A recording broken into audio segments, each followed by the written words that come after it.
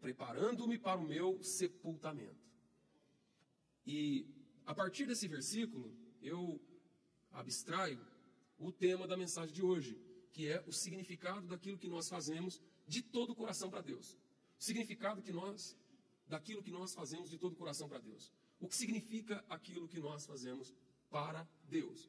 Quando o fazemos com toda a pureza, com toda a devoção do nosso coração. Louvado seja o nome de Jesus. Nós estamos aqui dentro de um jantar. Jesus está aqui nesse jantar. Essa mulher surpreende a todos ao adentrar no recinto, carregando consigo um vaso de alabastro. O vaso de alabastro, a palavra alabastro é o nome do recipiente. Alabastro é uma pedra, trazendo um vaso de alabastro. E nesse vaso estava contido um unguento de nardo puro, que segundo a descrição dos evangelhos de Marcos e o evangelho de João, equivalia ao trabalho de um ano, ao trabalho de um ano de um trabalhador braçal, ao salário de um ano de um trabalhador braçal. Valia 300 dinheiros, ou, mais especificamente, equivalência monetária do sistema romano, 300 denário, 300 dias de um trabalhador. Vocês podem multiplicar agora aí quanto custa a diária de um trabalhador braçal, que a gente contrata para trabalhar numa obra. Se fosse R$100 o dia de um trabalhador braçal, multiplicado por 300, daria 100 vezes 300, dá quanto aí, irmãos? 3 mil? 30 mil reais. Amém? Para você ter ideia da equivalência. Vamos supor que custasse 15. A Bíblia diz que é um perfume caríssimo. E ela entra no meio do jantar e derrama esse perfume caríssimo em Jesus. A parte do evangelho, alguns evangelistas dizem que é na cabeça, outros nos pés, e eu acredito que ele derrama o perfume da cabeça aos pés. Entendeu? Então, porque a gente tem que juntar o texto para chegar numa tese. Amém? E esse evento, ele acontece na semana da paixão. É isso que vocês têm que ficar ligados quando estiver lendo a Bíblia. Quando é que essa coisa está acontecendo? Porque quando a cronologia do Evangelho, o Evangelho não foi escrito de forma cronológica. E ele não apresenta de maneira objetiva a linha temporal dos acontecimentos, a timeline do negócio. A timeline do negócio, ela está escondida no texto.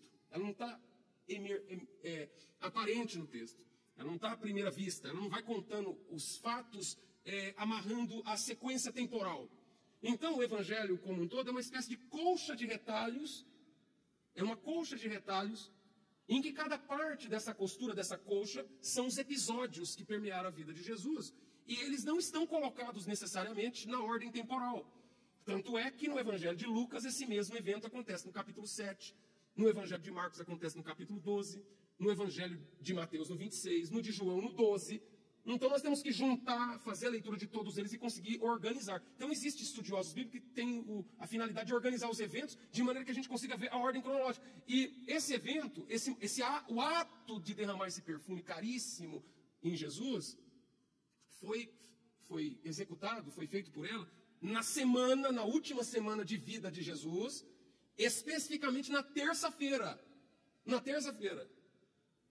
E por que é importante? Vamos ver porque é importante. Então, está na última semana e na terça-feira. Quero lembrar os irmãos que Jesus morre na sexta-feira, às 3 horas da tarde.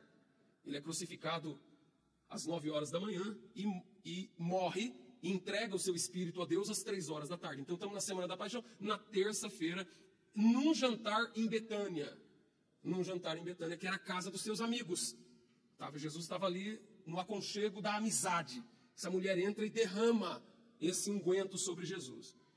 E quando ela executa esse ato, quando ela age dessa forma, quando ela faz essa entrega, isso causa uma espécie de choque. Uma espécie de choque não, um choque. Deixa todo mundo assim absorto. As pessoas ficam assim suspensas. Fica assim boquiaberto de ver um movimento daquele. Um movimento daquele. E a partir do momento em que ela executa isso, automaticamente, a Bíblia diz que as pessoas se posicionam em relação ao que ela fez.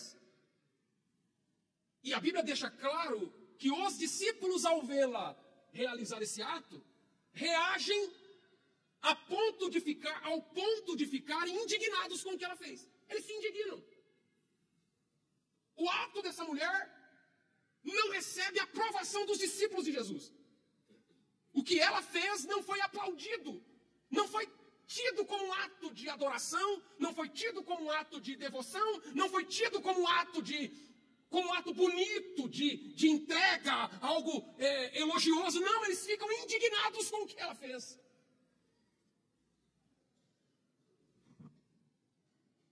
E eles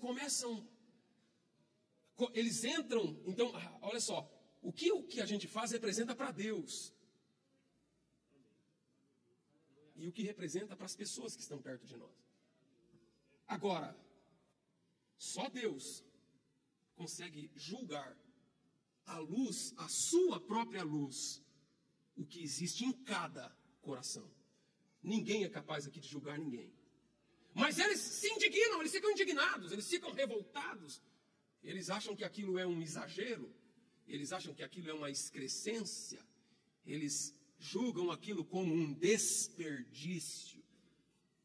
E o Judas, que estava ali presente, levanta a tese de que o que ela fez é tão absurdo, o que ela fez é tão indigno, porque ele pega aquela mulher que derramou aquele vaso caríssimo, 30 mil reais, como nós estamos vendo aqui, 300 dias de um trabalhador, 300 dinheiros, 300 denários no sistema monetário romano.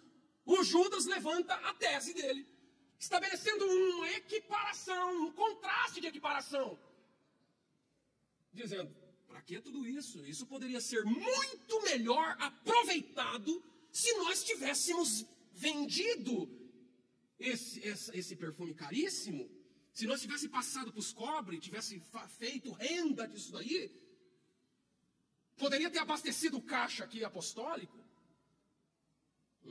poderia ter vindo aqui para a tesouraria, porque ele era o tesoureiro da comitiva, e a gente poderia fazer uma ação social para alcançar os pobres daquelas.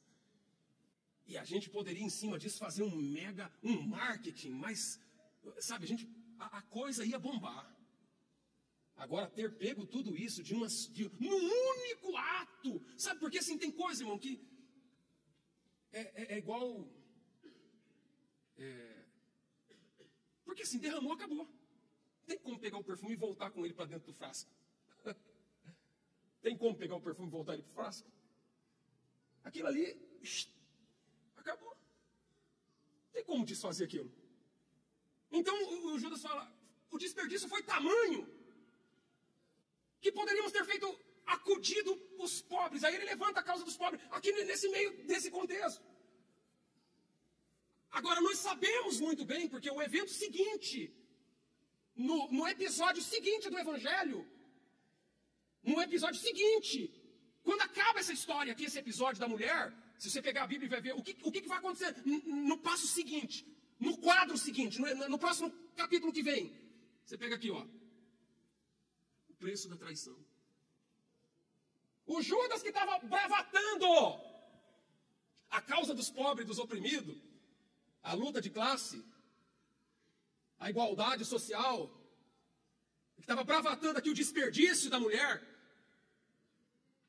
que nem nome tem.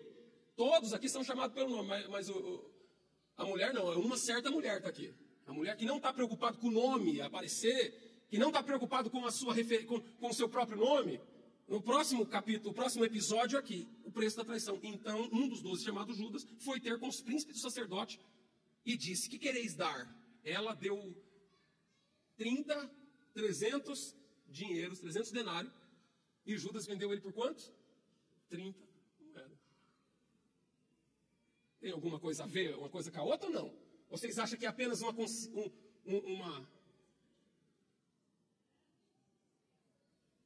ou é apenas uma coincidência? E porque o texto bíblico, ele é sutil, ele é sutil, ele permite que a gente veja pelas frestas o que está acontecendo nos bastidores da coisa. A verdade revelada está aqui. As verdadeiras intenções. E quando Jesus está recebendo aquela oferta, aquela oferenda, naquele momento, naquele exato momento, Jesus, porém, conhecendo isso, disse-lhe: por que afligis esta mulher? Pois ela praticou uma boa obra, ou uma boa ação, para comigo. Isso é importante porque muitas vezes nós ficamos preocupados em fazer para agradar o pastor. Às vezes nos preocupamos com o que as pessoas vão pensar de nós. Às vezes nós agimos para causar uma boa impressão nas pessoas. Às vezes nós nos preocupamos como é que vai ficar, como é que vai parecer, ou como é que vai transparecer, o que as pessoas vão pensar de nós. E nós muitas vezes nos medimos e nos parametrizamos a nossa conduta e a nossa motivação, de tal modo que a gente seja aceito pelas pessoas, e muitas vezes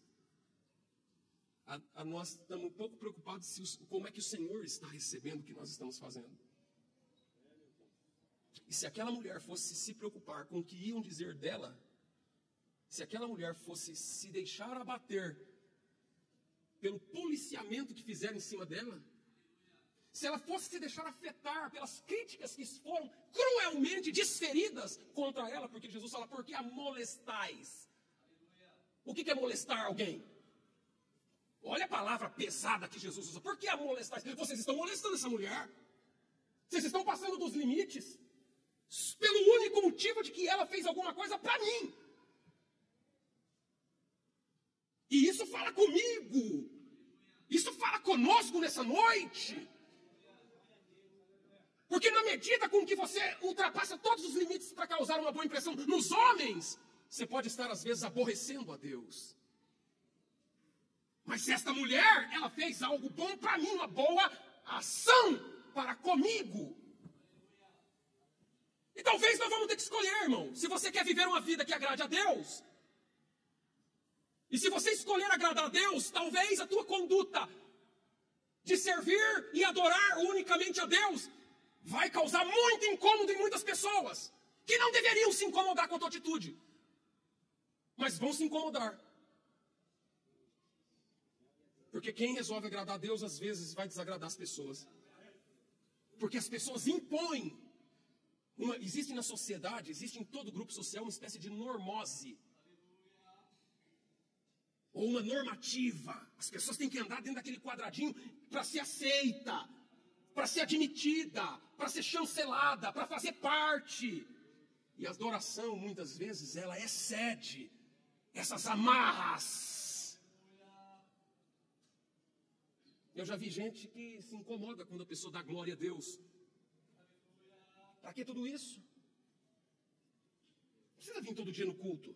Ora, irmão, deixa a pessoa ir no culto. Não, mas não. Todo dia, esse fanatismo, esse negócio. Tudo tem que orar. Sabe? Tudo tem que tributar a Deus. Não, também não é assim. Nós estamos no shopping center. Você não precisa... Irmão, eu não sei, eu posso estar no shopping, melhor restaurante do mundo. Eu sento lá, quando chega minha comida, eu levanto as minhas duas mãos, que nem um crentão carola, que não estou na igreja, eu oro a Deus e oro em voz alta e não estou nem aí. O que vão achar, o que vão dizer, eu sei que essas coisas incomodam. Agora, você que vai decidir como é que você vai fazer, irmão. Ou você entra na onda, ou você entra no esquema, ou você se enquadra no padrão, que muitas vezes são padrões perversos, pecaminosos, carnais. Ou você vai pagar o preço de ser o diferentão. Ou você vai pagar o preço de ser tratado como um esquisito, como um ET, no meio ali do povo. Porque você não se enquadra na norma, no esquema, no modus operandi, no modo de vida que eles têm. E que talvez os seus próprios familiares vão te retalhar, vão te reprimir, vão te ignorar, vão achar ruim a tua maneira de servir a Deus. Mas a questão é o seguinte: se você estiver fazendo de todo o coração para Deus, se você estiver fazendo, não é para, irmãos, não é um teatro religioso, não é uma coisa só para inglês ver, não é arrumar a casa só porque o presidente da República vem, o prefeito passa, quando o governador vem, pinta as guias de calçada, tira os mendigos da rua, para mostrar que aqui é uma ilha da fantasia. Não. A coisa é na essência do que é, o significado das coisas que a gente faz. Porque muitas vezes você vai fazer de todo o coração, e as pessoas jamais vão entender as motivações de uma alma agradecida a Deus. Não espere que as pessoas que não estão no mesmo espírito entendam o que você faz para Deus. Deixa eu te dizer outra coisa, a opinião dessas pessoas não importa. Elas não podem interferir, elas não podem regrar, elas não podem medir, elas não têm direito para isso. Elas não conseguem entender o que se acontece numa alma de um crente cheio da presença de Deus, que ama verdadeiramente a Deus, independente de qualquer coisa. Vai entender o que está acontecendo na alma dessa mulher, os motivos dela. Mas o que não falta para ela aqui, dos discípulos. Porque muitas vezes, irmãos, as críticas mais duras, muitas vezes as feridas mais inclementes, as feridas mais doloridas, não são feitas pelos ímpios, pelos que não são da casa, pelos que não conhecem Jesus. Às vezes, a coisa vem dos discípulos de Jesus. Daqui os discípulos fizeram isso. Não veio do não crente, do que não conhece a fé, não. Vem do que conhece. Vem do que deveria entender. Vem do que tem condições de entender. Às vezes o boicote, a sabotagem, a chantagem, às vezes a crueldade, o mecanismo, a manipulação, ela não vem de um estranho, mas ela vem de um familiar, de alguém que era para apoiar e não apoia, de quem que era para levantar e derruba, do que era para sarar e aumenta a dor na ferida, joga sal na ferida. Daquele que era para acolher, daquele que era para amar, daquele que era para abraçar, daquele que era para ajudar, daquele que era para corroborar, e não vem de quem deveria ver, de quem tem o dever de fazer. E isso desmotiva, não desmotiva? Desmotiva. É muito fácil você aceitar uma oposição de um inimigo, mas uma oposição de quem se diz amigo, aí é para acabar com o Piquis de Goiás. É para acabar com o Piquis, irmão. Aí não dá. E essa talvez é a maior das provações de quem quer adorar a Deus de verdade. É você saber que às vezes alguém vai estar do teu lado e não vai conseguir entender o que se passa lá dentro. E não tem ninguém que defenda, que saia para advogá-la. Não tem ninguém que defenda. Não tem ninguém que vê o lado dela. Não tem ninguém que se coloque. Irmãos, não se fala hoje modernamente, na linguagem moderna, de empatia. Não é isso que a gente estuda? Cadê empatia? Não é a palavra? Empatia. A gente tem que ter empatia. Cadê empatia, gente? Cadê empatia? Cadê o acolhimento? Cadê? Não tem. Mas tem o seguinte, irmão. Ela está fazendo para Deus. E ela está fazendo sabendo que o maior preço do que ela está fazendo para Deus não é do perfume que ela está colocando. Porque o maior preço, entregar o perfume foi fácil. O que não é fácil é aguentar o que ela está aguentando aqui das pessoas. Esse é o maior preço. Esse é o fator contrário que mói a nossa alma. Que faz muitas vezes a gente pensar em parar, em desistir. Você lembra quando Moisés resolveu falar, não, Moisés tomou a decisão de defender o povo judeu. Aí ele viu dois judeus brigando. Aí primeiro, quando ele viu um egípcio maltratando um judeu, ele foi lá, entrou na briga, acertou as contas com o egípcio, matou o camarada para defender o povo. Na segunda vez ele encontrou dois crentes brigando. Eita, o povo crente é um povo complicado. Não é de hoje que o povo de Deus é um povo complicado. Não é de hoje que os discípulos de Jesus é um povo complicado. É complicado, irmão. Isso aqui não é coisa para amador. Vocês não podem querer se meter sem a ajuda de um profissional. Isso aqui não é coisa simples de mexer, não, irmão. Não se aventure não, porque o Moisés falou, não, o Moisés, catedrático, formado em toda a ciência do Egito. Não é formado? Camarada formado, gabaritado nas mais altas competências. Você acha que ele não entendia de RH? Você acha que ele não entendia de recursos humanos? Você acha que ele não entendia de psicologia humana? Camarada, era o show, era top das galáxias, irmão. Aí ele foi fazer o quê? Não, vou ser o quê? Vou mediar o conflito. Eu fiz curso de gestão de conflitos. Camarada era treinado para gerenciar conflito, era príncipe, preparando para ser rei, uma superpotência no Egito. Quantas vezes ele não mediou crises entre países, entre nações, fazendo ali serviço diplomático? Isso é camarada, isso é tirar de letra. Ele foi se meter no meio da briga de dois crentes. O que deu? Ele saiu na vantagem? Deu ruim para ele, irmão. Foi através daqueles dois crentes que ele teve que, carpir do Egito e vazar da boca. Você acha que a coisa é fácil? Não é fácil, não. Aqui, Quem é que é por ela? Jesus defende essa mulher. E o que ela está fazendo para os discípulos não é nada ou é menos do que nada.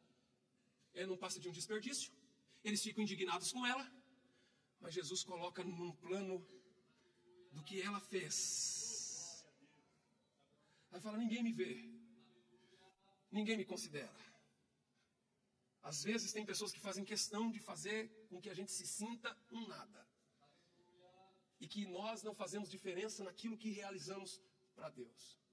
E agem conosco com mais absoluto desprezo, desdém, desconsidera. Você é tratado como carta fora do baralho. Você não é contado, você não faz parte, você está fora. Mas ele fala assim, tá aqui. Derramando ela. Repita comigo, derramando. Derramando aqui está no gerúndio. E o gerúndio é o verbo presente continuado. É o verbo presente em ação constante. É o verbo presente que não terminou de acontecer. É o verbo que está acontecendo. Porque o que ela fez deflagrou um acontecimento que não para. Não fica ali. Quando ele diz derramando, significa que o efeito do que ela está fazendo não vai ficar ali apenas num ato de derramar e pronto, acabou, e tchau e benção. Não. Não é tchau e benção, não. Derramando. Está acontecendo.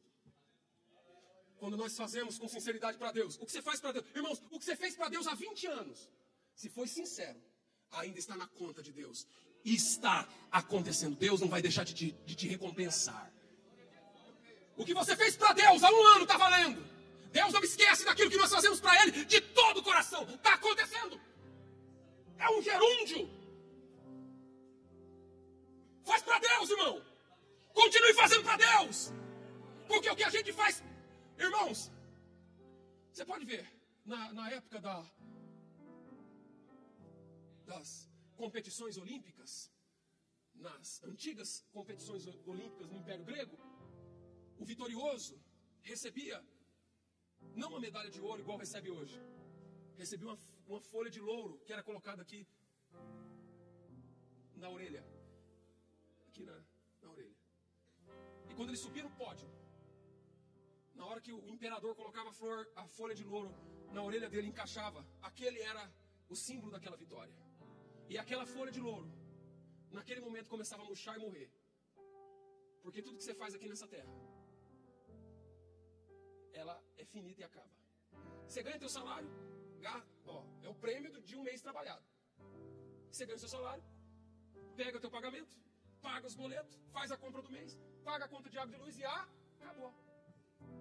Mas o que nós fazemos para Deus? O que nós fazemos para Deus? De todo o coração? Deus não vai deixar esquecer a tua memória. Jesus disse assim, derramando ela, esse perfume,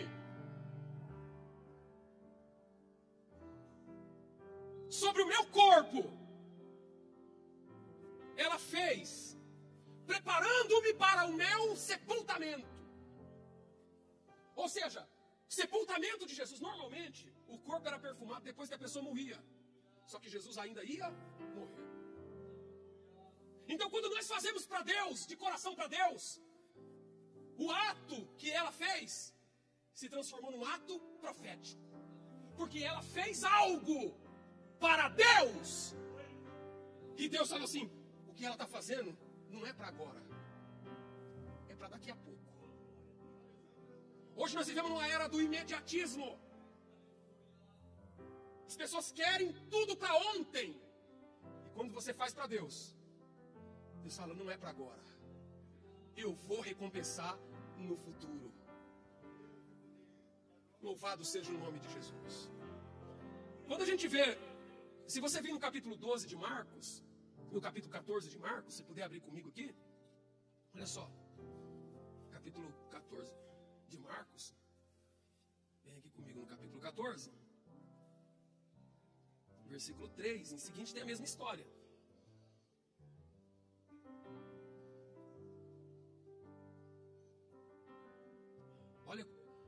Olha o fio da meada aqui. Lá ele diz assim: derramando ela esse unguento sobre o meu corpo, ela me preparou para a minha sepultura, para o meu sepultamento. Agora, como o evangelho é complementar, a verdade se soma. Ele diz assim, ó, no versículo 8, esta fez o que podia. Meu Deus, será que nós estamos fazendo aquilo que a gente pode? Ela fez o que podia. Ela fez. Você está fazendo o que você pode? Para Jesus, é o que você pode. O que você não pode é estar no campo do impossível. E o campo do impossível, o especialista em impossível é Deus. Especialista em causas impossíveis é Deus. Mas no campo do possível, sou eu e você, somos nós. Você não pode cruzar os braços. Às vezes a gente vem para a igreja, pode dar um glória a Deus e não dá, porque está com preguiça, porque está mal-humorado, porque não está sentindo de dar glória a Deus, sei lá qual que é o teu motivo. Eu quero saber se você pode fazer. Às vezes a gente pode e não faz o que pode. Ele diz, ela fez o que podia. É o significado, porque será que ela sabia o que ela estava fazendo? Eu penso que não. Eu penso que ela não tinha ideia da proporção, das proporções do que ela estava fazendo naquele momento. Ela mesma não tinha ideia do que estava fazendo. Do mesmo jeito que quando os dois missionários chegaram aqui em 1911, você acha que eles estavam sabendo que eles estavam colocando os pés pela primeira vez nesse torrão brasileiro para erguer através daqueles homens que nem a língua portuguesa sabia falar direito, nem sabia falar a língua portuguesa? Você acha que eles sabiam que estava erguendo a maior igreja pentecostal do mundo?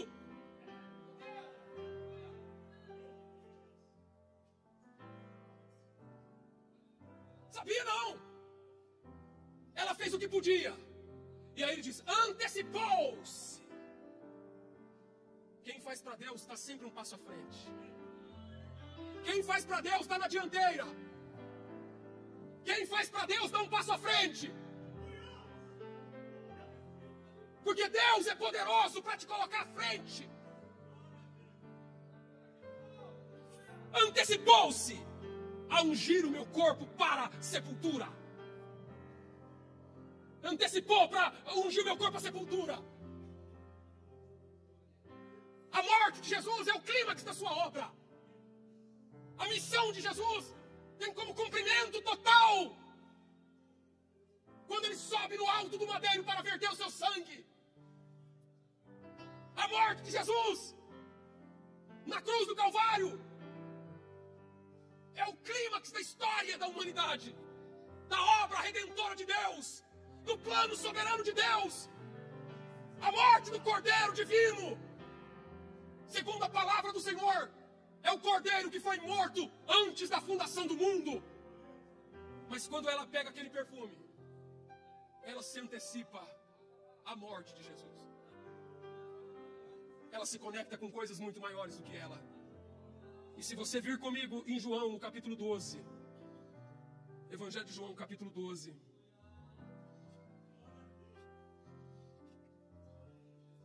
Louvado seja Deus. A partir do verso 1, começa essa história de novo.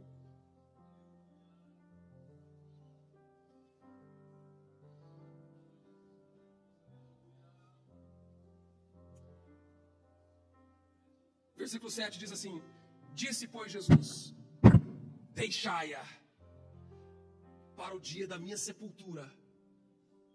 Evangelho de João 12, 7. Deixai-a para o dia da minha sepultura. Para o dia da minha sepultura. Guardou isto. Meu Deus. O dia que alguém vazou aquela pedra. O dia que alguém arrancou da pedreira aquela pedra. Aquela pedra estava escolhida por Deus. O dia que aquele perfumista acordou pela manhã para misturar as ervas aromáticas junto com aquele óleo para fazer aquele perfume, para fabricar aquele perfume. Aquele perfumista entrou na agenda de Deus. Porque a Bíblia diz: isso aqui estava guardado para mim. Estava no cronograma de Deus. Estava programado pelo Senhor. No dia que ele pegou aquela pedra, elaborou o perfume e derramou, e envasou aquela pedra com aquele perfume caríssimo. O dia que aquele perfume foi parar na prateleira de uma loja. Aquele perfume percorreu um caminho. Sabe lá Deus como aquele perfume foi parar na mão daquela mulher. Porque não tem nada que acontece nessa vida que seja por acaso. Não tem nada que esteja na tua mão por acaso. Aquele perfume foi parar na mão daquela mulher. Quantas vezes, pergunto para os senhores e para as senhoras, ela teve o desejo, passou pela cabeça dela, de falar: hoje eu vou tomar um banho, bem tomado, vou abrir aquele vaso e vou perfumar meu corpo para ir para uma festa muito bonita de casamento lá do meu parente. Mas quando ela chegava perto do vaso, algo intuitivo lá dentro dela falava assim: esse você não vai usar porque está guardado para a hora certa. E que hora? É a hora da morte. Aleluia! Porque assim, irmão, normalmente o corpo é perfumado depois que morre. Mas o corpo de Jesus foi perfumado antes da morte. Sabe por quê? Ela fez o que ela podia enquanto ele estava vivo.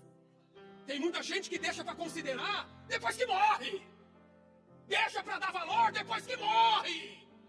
Deixa para mandar flor depois que morre. Você vê que depois que a pessoa morre, bandido, até bandido deixa de ser bandido. Depois que morre, a camarada vira homem, trabalhador, pai de família, estudante. Depois que morre, vira santo. Eu quero ver depois, enquanto está vivo. É igual pastor de igreja. Tem pessoas na igreja que só sabem dar valor no que já foi e no que ainda vai vir. Mas no que está, nunca o que está é atendido, correspondido. Mas o que já foi, o que já foi tão bom.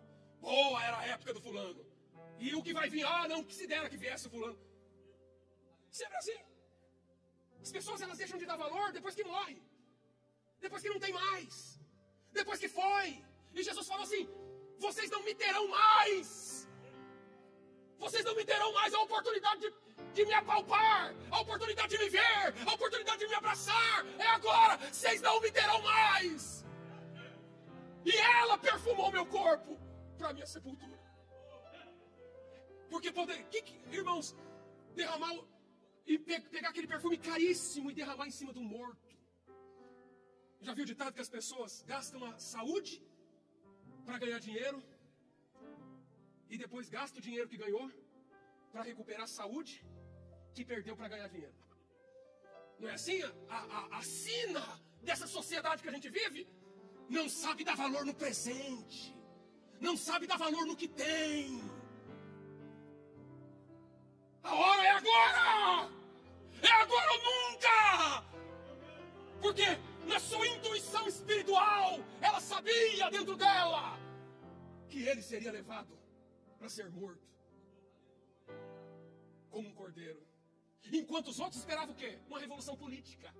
Enquanto os outros esperavam o quê? Que ele subisse ao trono. Ela já sabia dentro dela que ao invés do trono, ele teria cruz.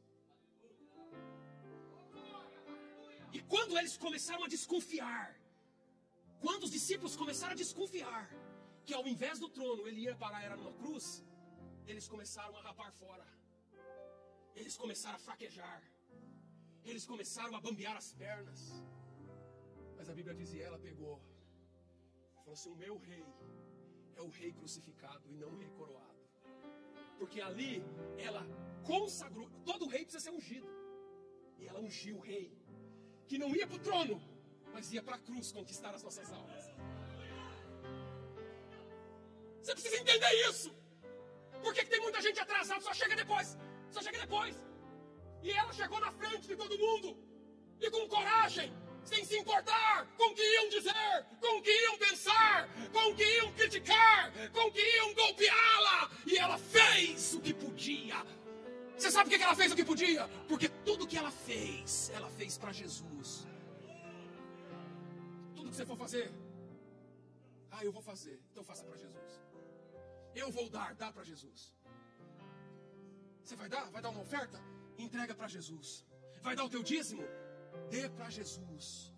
Vai cooperar na obra, vai para o ar livre, faça para Jesus. O sábado à tarde, é o domingo que você vai perder? Entregue para Jesus. Você não vai perder não, irmão. Você vai ganhar. Quando acabou aquela história, Jesus, o Judas vai entregar ele. Ele vai para o Getsemane orar. E quando ele começa a orar, o que acontece com ele? Ele começa a Quando ele está orando no Getsemane, o que acontece? Começa a transpirar. Ele começa a suar. E quando ele começa a transpirar, a Bíblia diz que a transpiração é tão forte que ele chega a minar gotas de sangue. Tem até um nome técnico, que não é o caso aqui, para dizer o que aconteceu com o corpo dele.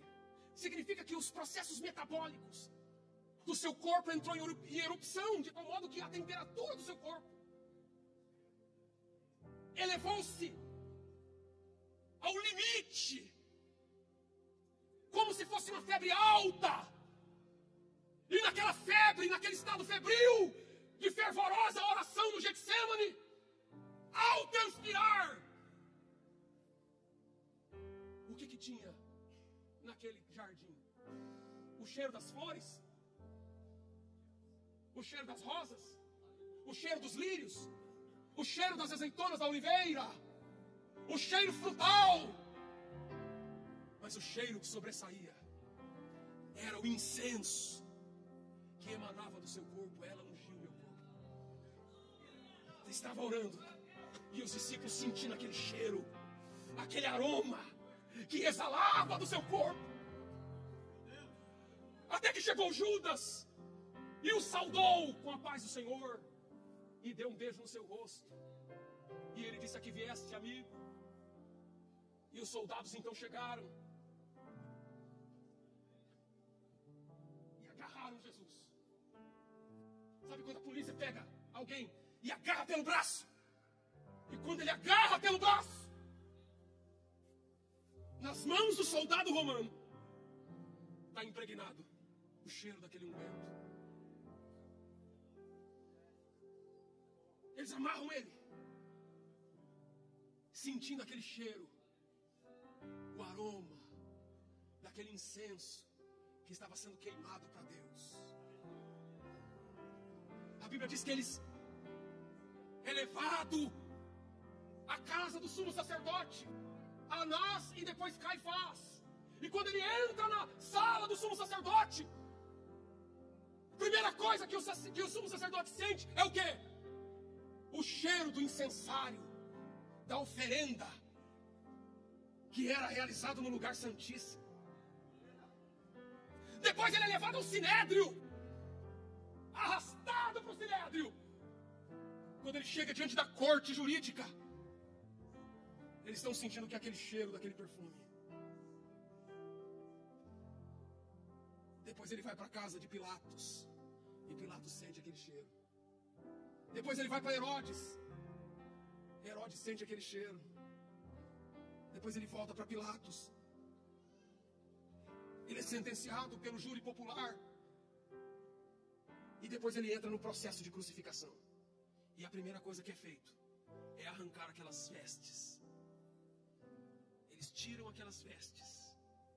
E por onde passa aquelas vestes, a gente sente o cheiro. Tu és o lírio do campo, a rosa de Saron. Aleluia. Que cheiro é esse? A Bíblia diz que nós carregamos em nós, em todo lugar. Olha, pelo amor de Deus.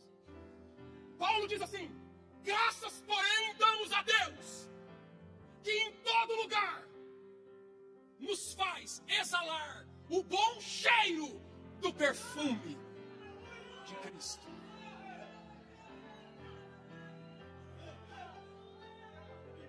O bom cheiro do perfume de Jesus.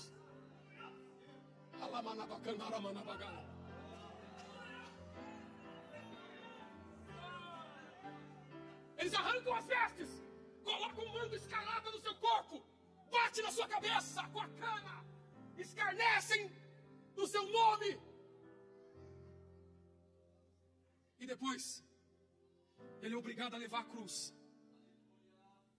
E quando ele é obrigado a levar a cruz, eles lançam sorte entre os soldados para ver com quem cada parte da sua roupa vai ficar.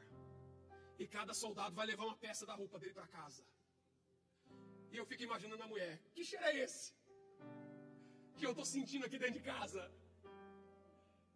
É das roupas que nós arrancamos do Nazareno, o rei dos judeus, que foi crucificado nessa tarde. Louvado seja Deus. Derramando esse unguento no meu corpo, ela me preparou para a minha sepultura. Se você pegar o resto do evangelho, você vai ver Jesus sendo colocado dentro da sepultura de José de Arimateia. E em frente da sepultura colocaram uma pedra e todos foram embora. Mas Maria Madalena e a outra Maria e a mãe de João, esposa de Zebedeu, ficaram em frente do sepulcro com especiaria na mão, diante da pedra fechada, esperando alguma coisa acontecer para colocar o perfume no corpo de Jesus. Me desculpe, mas na minha tese ela chegou tarde demais. Ela ficou lá, ele já estava morto, o sepulcro lacrado, sob custódia do governo romano, ninguém podia abrir aquilo. E estava lá duas Maria e a Salomé, mulher do Zebedeu, com o perfume na mão, esperando alguma coisa acontecer para ela perfumar o corpo de Jesus. Alguém chegou atrasado nessa história, mas alguém soube agir na hora certa e fazer de todo o coração para Deus. Qual é a tua hora? Você está esperando o quê? Tem gente que está esperando fazer a obra de Deus, atender o chamado de Deus. Está esperando, está lá, morre, não morre no hospital, ele vai fazer voto para ver se Deus tem misericórdia, para ele começar a fazer alguma coisa. Se Deus me tirar dessa. Você não acha que está tarde demais não? A hora não é agora, meu irmão. Você tomar continência, você tomar jeito da tua vida. A hora é agora. O que você está esperando? Deus tem um chamado na tua vida. Deus tem uma obra na tua vida. Você vai ficar até quando? Aí depois que está tudo lacrado, depois que não tem mais jeito, depois que acabou tudo, você vai ficar lá, esperando aqui um anjo, quem sabe? E nunca tem notícia que elas perfumaram o corpo de Jesus porque não precisava mais, já estava. Estava feito. Alguém chegou antes e fez. Mas se eu fizer, alguém vai criticar. Deixa. Bota na mão de Deus esse negócio, irmão. Se importa com o que vão dizer, não. Faz a tua parte. Faz o que você pode. Se antecipa. Sai na frente. Dá lugar.